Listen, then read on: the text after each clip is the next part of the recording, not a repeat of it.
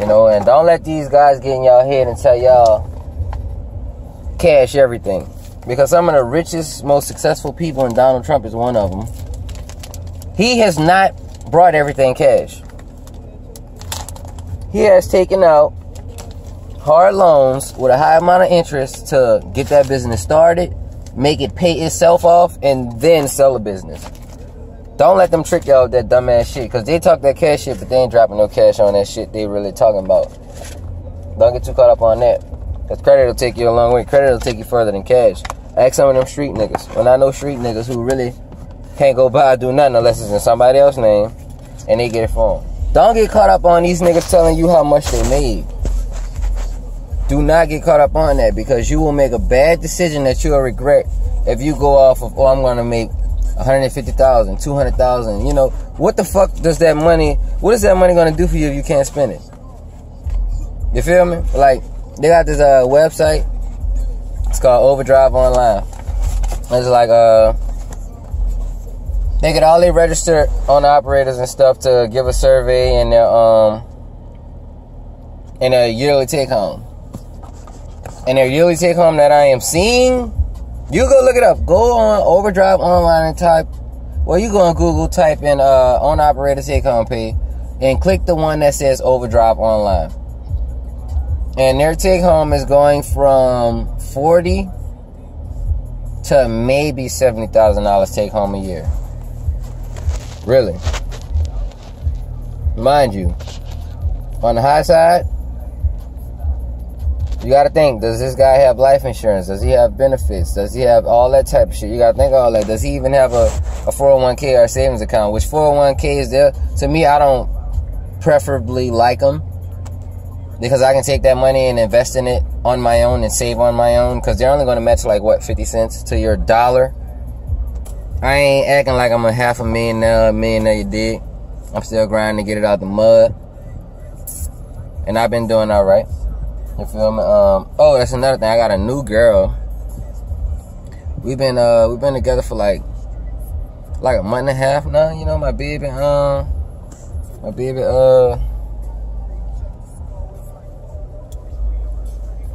know, like, so I've been chilling, you know, copped her fresh off the lot, you feel me? No cosigner. My name on everything. I still plan on getting me a truck at the age of maybe 25, 26, because at my company we have a lot of owner-operators and they making real money. They get paid by the gallon of the fuel, the company where I'm at.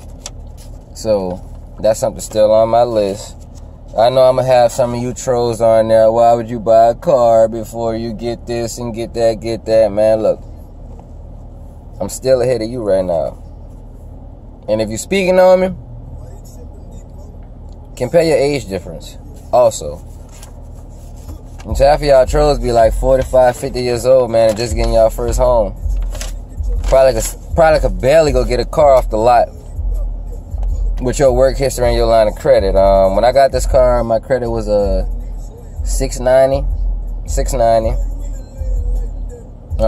Put a reasonable amount down, you know, but this is building my line of credit. This is building and increasing my line of credit of things and for things in which I pay this car off way ahead of time. It's fully loaded. It's a 2SS. You got the heads up display, everything. I don't know if y'all probably can see that and stuff. Let me see if I can change it. You see? If that makes any sense. No, so going off with American Express, basically that's going to be your third tier, which takes about 3 months to do, 90 days around, because each tier, you know, the first one being the lowest of the low, the ones that you don't need a personal guarantor. So there's two different ways to go about business credit. You can either do it from a personal guarantor from your personal credit, which you are liable for everything, or you can do it by building it up slowly on just your business to where there's no personal guarantor. And then from there, you're not technically liable. Your business is. We got a question. We got another question. Does your business address have to match with your business bank account? Damn, I got to try to, how can I? Yes. It's the best. Yes. Okay, we got another question. Real quick, let me touch up on write-offs. On write-offs, If you're not making above $150,000 a year, don't worry too much about write-offs because it's going to bite you in the butt later on when you try to get credit. It's going to say, hey, last year you only made $20,000, even though, you know, you made 130, but you wrote off 85,000. You know what I mean? It's going to look like you're not making any money at all. So with the write-offs, if you could afford to pay the taxes on it initially until you get real established and your annual income is no longer a big deal as far as you pursuing credit. Another thing is you can always go to TaxBot, which is an app, and it will track everything. And I mean, that's what I use for my businesses, and it just makes it so much easier because, you know, it tracks your mileage. And you can just take a picture of whatever receipt and just throw out the receipt to where you don't have to have it. So your accountant just has all the information in the year. You don't have to have all these receipts that are everywhere. You know, it's definitely makes everything more organized.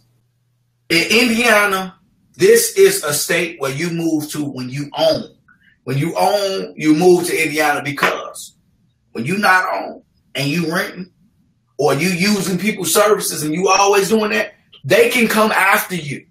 They can come after you. They will garnish your bank account and they will garnish your wages in Indiana. So when he say about your state laws, be in tune with it, be in tune with your state law. Because in Illinois, they don't garnish. Illinois, you can owe everybody. You can just walk past their establishment happy. You just walking past their establishment. Hey, how y'all feel? And you owe them thousands of dollars and you comfortable. You like, oh, anybody wants some silver?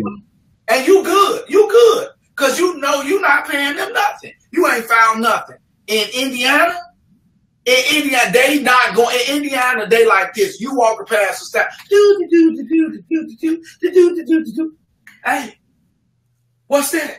You turn around, they got a gun in your head like, hey, give me everything in your pockets right now. You like, man, why is you doing this to me? Man, this is all I got. Man, give me all that right now. Run it. That's what they do in Indiana. They make you give up man, I swear to God, I learned it the hard way. I owed somebody some money because I was about to file bankruptcy and I was taking my time. Let me tell this story. I was taking my time, I swear to God, about to file bankruptcy. I'm like, man, I'm about to file bankruptcy. I'm a gangster. I ain't trying to hear nothing. So I had about $800 in one of my accounts, spread it out. I'm like, yeah, I'm gonna buy some Jordans with that. I'm gonna probably put my rims back on, my 26s back on my truck with that 200, and it's all good. I'll probably pay a couple bills with other stuff. It ain't nothing. I'm getting money. I woke up the next morning and I had 0 cents in each account. I swear to God. I swear to God, if I'm lying, I hope my kids die.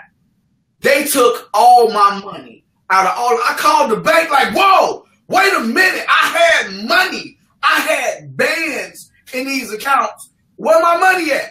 I swear to God. They were like, well, they say you got a hold from this, and this. I'm like, are you serious? They took my money? Like, you know how Ricky Mama was on Boys in the Hood when she got shot. I'm like, Ricky! She was herself up like, Ricky! Like, that's how I was. I'm like, what you say they did? Y'all took my money? I swear to God, I was pissed. But the point is, learn your state laws is definitely good business. I swear to God, or you gonna be like me, like, oh girl, our Boys in the Hood, Ricky! And shit, when she pulling up at the top, Ricky! I swear to God. I play with it if you want to. You're going to be like, oh, girl, our Boys in the Hood.